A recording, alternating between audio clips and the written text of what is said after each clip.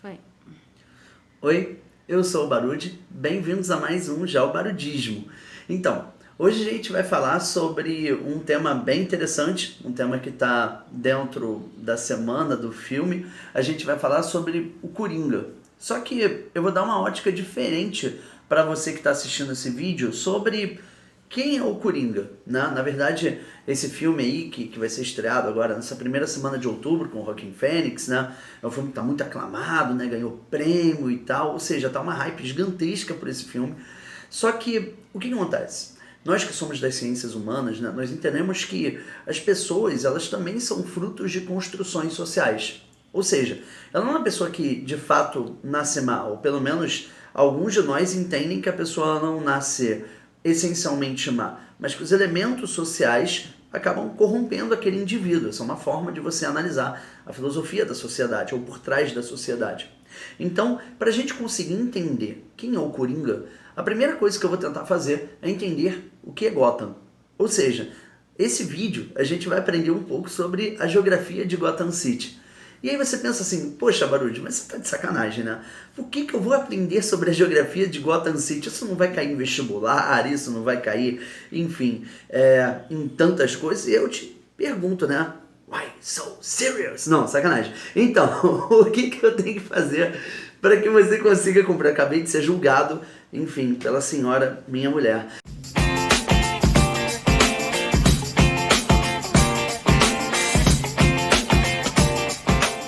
Então o que acontece? Acontece que a primeira coisa que você tem que entender é que a geografia pode ser aplicada de diferentes formas em diferentes espaços, inclusive aqueles que são criados pelo homem. Até porque a geografia é uma ciência que estuda as relações entre o ser humano, entre a espécie humana e a natureza. Então, nesse caso, quando a gente cria uma cidade, quando a gente inventa uma cidade, a gente está basicamente inspirando elementos que a gente conhece ou elementos que a gente imagina conhecer sobre aquilo ali. Então, no caso de Gotham, existe já uma característica bem interessante. A ideia original era que não existisse uma Gotham, e sim Manhattan. Ou seja, era para que Gotham City fosse uma Manhattan, que nem aparece, por exemplo, nos quadrinhos da Marvel, nos filmes da Marvel, né? Eles usam cidades que nós conhecemos, né? Só que no caso da DC, existem cidades criadas, que são inspiradas por algumas cidades que existem no mundo. Por exemplo, Gotham tem duas inspirações principais, Chicago e Nova York. E aí, no caso, é muito curioso imaginar que nos anos 40 para trás, Gotham era um dos apelidos de Nova York. Algumas áreas mais suburbanas dentro de Nova York a apelidavam de Gotham, talvez pela sua aparência gótica, talvez seja um trocadilho da época e tal. Só que existe uma característica interessante por aí.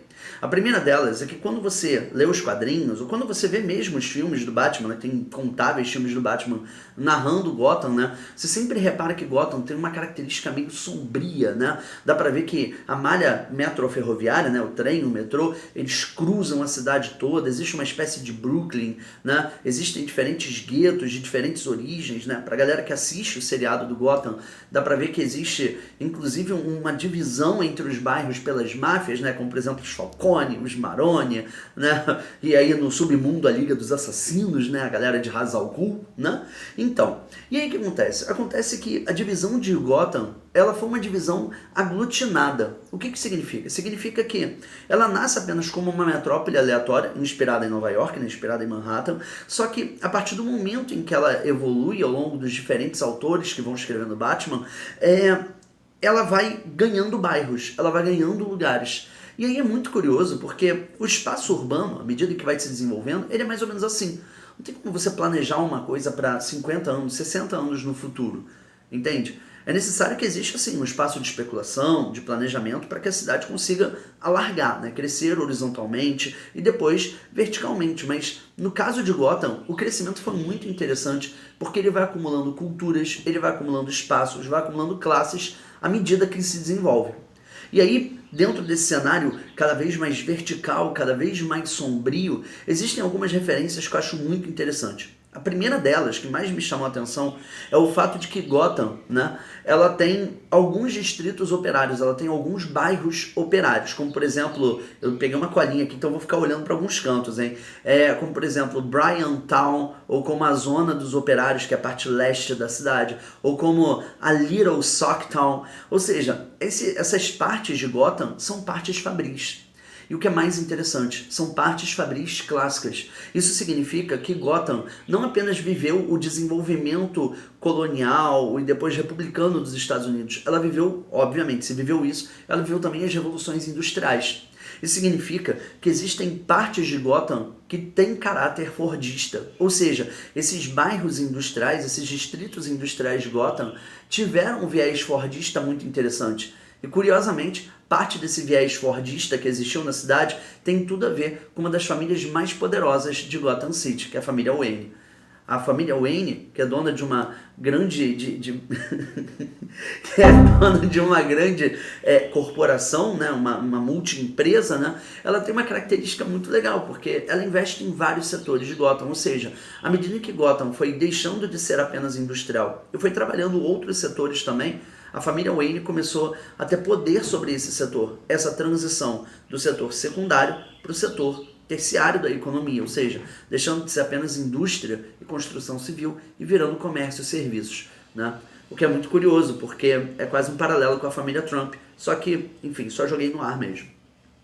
O que é curioso é que, ainda assim, a família Wayne, mesmo que tenha diferentes imóveis e tal ao longo de Gotham e pelo mundo, né, até porque eles são bem ricos, né, repara que eu nem cheguei no Bruce Wayne ainda, né, eles têm também o seu próprio isolamento, eles moram numa parte extremamente rica da cidade, né, uma parte mais isolada, onde eles têm aquela mansão Wayne e tal, que você vê nos desenhos, parece que demora 70 horas até chegar na mansão gigante, né, tem a cavernona, né, que depois vai acontecer algumas coisas ali, né, o Alfred tem 200 anos, então o que acontece, cara? Acontece que quando a gente, eu sempre imaginei que o Alfred tinha 200 anos, quando a gente analisa Gotham, dá pra ver também que existem outras duas características que fazem referência. Repara que essa porção industrial faz muita referência a Chicago como uma cidade industrial, né? Essas partes verticalizadas e sombrias têm muito a ver com Manhattan. Só que tem um outro trecho, na verdade dois outros trechos que me intrigam um pouco, né? Que é um bairro chamado de Somerset, que é um bairro residencial, mas que ao fundo tem um asilo bem famoso para a galera que curte Batman, né? Que é o Asilo Arkham, que é onde ficam os principais prisioneiros loucos, né? Inclusive virou alguns jogos muito legais, né? Que eu zerei. Ficam todos os prisioneiros do Batman. Ficam todos os prisioneiros. E pra piorar, né? Sempre dá alguma treta e aí alguém explode o asilo e aí, enfim, começa uma anarquia dentro de toda Gotham fecha, né? E parece o Rio de Janeiro. E aí o que acontece? Acontece que, além de Somerset, existe também uma outra parte de Gotham que é muito curioso, que é a prisão de Blackgate, né? A prisão de Blackgate é onde ficam os prisioneiros de Gotham que não têm algum nível de alguma deficiência mental, algum problema mental, né? Então, por exemplo, o Pinguim, ele vai para Blackgate, por exemplo. Ele não é um psicopata, na verdade ele é, mas ele não tem o mesmo nível de doença mental, por exemplo, do Coringa. Então, ele vai para essa prisão que é de segurança máxima em uma ilha, ou seja, faz referência ao Alcatraz, que está lá na costa oeste dos Estados Unidos. Ou seja, é muito legal que à medida em que a Gotham foi evoluindo, ela foi virando uma espécie de uma cópia muito gótica e sombria das cidades estadunidenses, né? Mesmo que ela tenha tido ali as suas vias alargadas e tal, bem verticalizado e tal, ela acabou se transformando numa visão macabra do que significa a urbanização dos Estados Unidos. Aí você, tá, Barud, mas onde entra o Coringa no meio desse processo? Então, tal como uma boa parte das cidades dos Estados Unidos que viveram a era industrial, eles eram muito focados num conceito chamado de American Way of Life. Na verdade, os quadrinhos do Batman de fato viveram o American Way of Life. E viveram esse ressurgimento, considerando que o Batman começa suas eras, né, de desenvolvimento a partir dos anos 40, 50 e 60, né, a gente consegue entender que essa evolução de Gotham, do Batman e do seu vilão, na verdade o Coringa, que aparece lá desde o iniciozinho da saga do Batman, cara, é muito louco porque a gente consegue ver uma espécie de evolução da fartura das classes mais abastadas de Gotham em relação a uma desigualdade cada vez maior na própria cidade.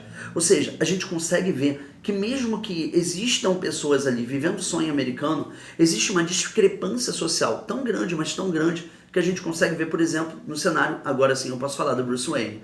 Um Bruce Wayne jovem, saindo com os pais de uma peça, né? E aí eles vão para um beco, um dos becos mais violentos, porque o pai dele é possivelmente muito inteligente, entendia bastante geografia. E aí o que acontece? Ele vai para um dos becos mais violentos, é assassinado, e aí o Bruce Wayne, enfim, moleque, resolve, enfim, passar pelo acidente dele, ele cai na caverna, e aí existem várias histórias. Cai na caverna, é atacado por um morcego, né? Os morcegos vão em cima dele, e aí ele começa a dar gritinho, e não sei o que, desmaia, apaga morcego, sempre tem algum morcego no meio da história, e aí ele vira... Cai na cova. Cai na cova, né? E aí ele vira o Batman, né? Ele vai treinando, vai ficando mais sombrio, ele vai virando um reflexo de Gotham, só que um reflexo moral de Gotham, né? E ele acaba virando aquele garoto cheio de código de honras, etc e tal, e o Batman, né? Legal, até aí. Qual é o problema? O problema é que o Batman tem um benefício, ele tem um privilégio social. Privilégios? Ah, você tem privilégios? Eu tive privilégios porque meu pai é sim empresário. Trabalhei sim com o meu pai. E se eu continuei trabalhando com ele, foi porque eu mereci! Ainda que ele tivesse... Isso é uma coisa que a Mulher Gato fala muito pra ele. É muito legal que ela sempre joga isso na cara dele. Eu me divirto muito. Então, ainda que ele tenha feito vários treinos, que ele tenha convivido com bandidos, que ele tenha feito parte da Liga dos Assassinos, né? Tenha sido iniciado, inclusive um dos favoritos do próprio Ra's al Ghul, né? Ainda que ele tenha participado por tudo aquilo ali, o Batman nunca deixou de ser rico. Ou seja, ele nunca perdeu os privilégios dele. E você vê que quando ele deixa de ser o Batman e volta a ser o Bruce... ele age como um playboy, ou seja, ele veste aquela carapuça do cara que, o restaurante está me incomodando, está demorando, então eu vou comprar aquele restaurante. O hotel não deixa que eu pule na piscina, que aconteceu no filme, né? E aí o que eu faço? Eu compro o hotel. Ou seja, existe essa soberba das classes, das elites dentro de Gotham, que não é muito diferente das elites em qualquer metrópole, né? Óbvio que ele é uma versão mais caricata, mais exagerada nesse processo, e ainda assim ele esconde aquele baluarte de moral dentro do processo dele, ou seja, um homem extremamente rígido, extremamente afixado por combater o crime, ainda que existam muitas críticas, e aí a temporada 2020 a gente vai ter um vídeo só sobre o tratamento psicológico do Batman. Então aguardem que a gente vai ter isso na temporada do ano que vem. Então, acontece que, mesmo que isso aconteça, mesmo que a gente tenha esse cenário, desde a infância do Batman, desde antes da infância do Batman, Gotham é mergulhado em poder paralelo. E pelo fato de ser mergulhado em poder paralelo, é muito comum que todos aqueles valores do American Way of Life, até os valores construtivos morais do Bruce Wayne, sejam de alguma forma dissuadidos por outros grupos sociais. E um desses indivíduos que sofre esse processo é o próprio Coringa, né? E o Coringa, que a gente vai ver nesse filme do Joaquin Phoenix, se é um nome ou não, né? Se é um Jack da vida, né? Se é mais um Silva. Enfim, a gente vai entender que o próprio Coringa, ele é a antítese de todo esse processo. Se existia um American Way of Life, a família dele falhou, ele falhou. Tudo que vivia em torno da vida dele falhou. Em algumas sagas, e agora eu vou misturar muitos arcos, tá? Pra ficar mais legal, mais orgânico o Coringa. Em alguns arcos aparece um Coringa que teve uma mulher grávida, perdeu os dois. No meio disso, ele não conseguia dinheiro para sustentar a família. O que ele fez? Entrou na marginalidade, falhou até como bandido. Foi quase pego pelo Batman, sofreu um acidente, viveu um dia ruim. Em outras sagas, ele era um garoto que era torturado pelo pai, né? Que deu origem àquela cena, uma das cenas mais icônicas do cinema, na minha opinião, que é o Heath Ledger fazendo Coringa, que conta pra todo mundo num sequestro de uma festa de ricos por que ele ganhou a cicatriz na boca, e ele fala do "Why it's so serious", né? E que virou camisa de muita gente, né? Assim como existe a própria ideia de que o Coringa nada mais é do que um fruto de meio, ele é um cara que surgiu, né? Assim, bandido. Né, como foi o Coringa na origem.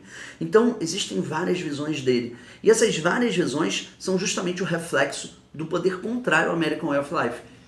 Mesmo que ele tenha participado de algumas visões onde ele era um mafioso, ostentador, um ladrão de joias, foi mais ou menos essa ideia do Coringa do Jared Leto, né? Ou um Coringa mafioso mesmo, que foi o Coringa do Jack Nicholson, né? A gente tem outras visões sobre o próprio Coringa. A primeira delas o Coringa é um personagem nihilista. Então, vou falar devagar um nome que eu sempre embolo. Existe um maluco chamado de Nietzsche. Nietzsche. Nietzsche. Nietzsche. Então, buguei. Nietzsche. Nietzsche. Nietzsche. Nietzsche. Nietzsche. Nietzsche, Nietzsche, Nietzsche. Nietzsche. Então, o Nietzsche, que eu vou chamar ele de Nietzsche mesmo.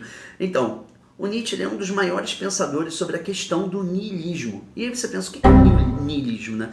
Niilismo é um tipo de filosofia, um pensamento filosófico que entende que o sentido das coisas devem ser eliminados. Você não deve focar em buscar um porquê de alguma coisa. E a partir do momento que aquele sentido é perdido, você precisa buscar outros elementos, né? O Coringa, além de obviamente ter um traço de psicose bizarramente grande, o que torna ele muito atrativo, porque ele é niilista a um tal ponto, ele é um extremo niilista, porque ele abona tudo que representa o sentido das coisas, inclusive a própria sobriedade de Gotham.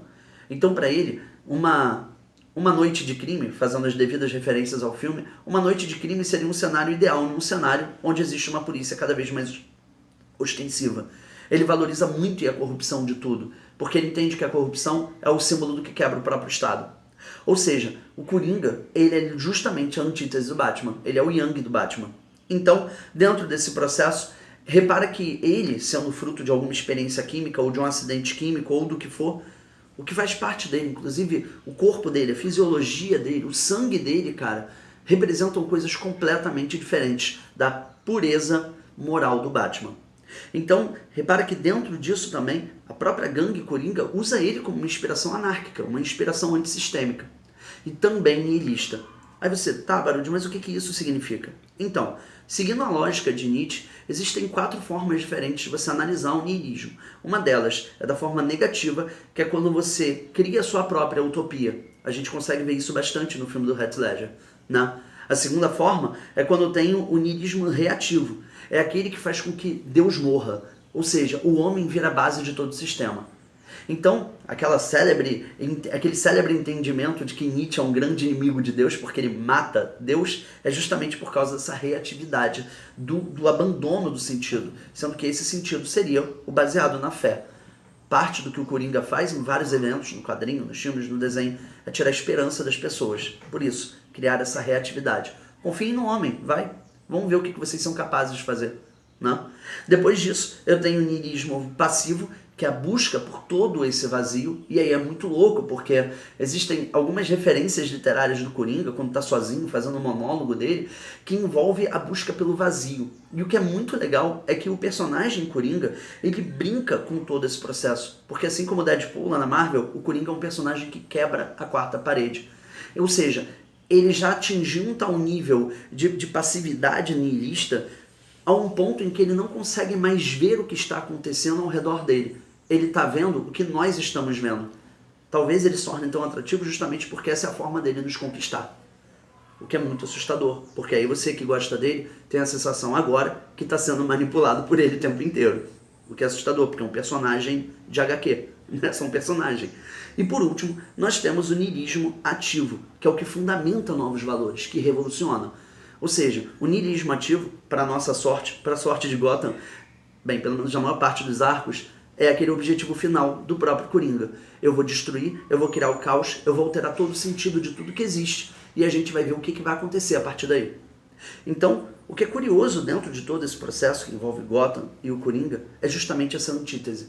É uma antítese que a gente não vê só no mundo criminal. Existem pessoas que representam a política, pessoas que representam tudo, que passaram pelos seus dias ruins e mudaram completamente seus valores. E que conseguiram alterar de alguma forma tudo que a gente pensa sobre o que é certo, o que é errado. Seja na religião, seja na política, seja na economia, seja na sociedade. Ou seja, a gente precisa tomar muito cuidado com os coringas que estão aí. E aí, eu vou acabar o vídeo de hoje parafraseando um diálogo que o Coringa teve com o Batman e que acho muito interessante para poder fechar esse vídeo de hoje. E aí eu vou ler porque ele fala bastante coisa. Ele diz o seguinte: só é preciso um dia ruim para reduzir... Ai, meu Deus. Peraí que eu vou repetir. De novo. Vamos lá, de novo, parte 2. Só é preciso um dia ruim para reduzir o mais são dos homens a um lunático. Dia de fúria. É um dia de fúria. É essa distância que me separa do mundo. apenas um dia ruim. Você teve um dia ruim uma vez, não é? Olhando pro Batman. Eu sei como a gente é. Ou seja, ele já incluiu o Batman naquilo. A gente tem um dia ruim e tudo muda. Senão, por que você se vestiria como um rato voador? Seu dia ruim o deixou tão louco quanto qualquer um, só que você não admite. Brother, maluco. Quando eu li isso, eu só tipo, ai meu Deus. Então, é justamente esse o ponto. Nós temos que tomar cuidado com os nossos coringas interiores e não transformar os nossos dias ruins num dia de fúria. Então, espero que você tenha curtido esse vídeo e até a próxima. Curte, se inscreve, compartilha. Isso, curte, se inscreve, compartilha, gente. Beijo!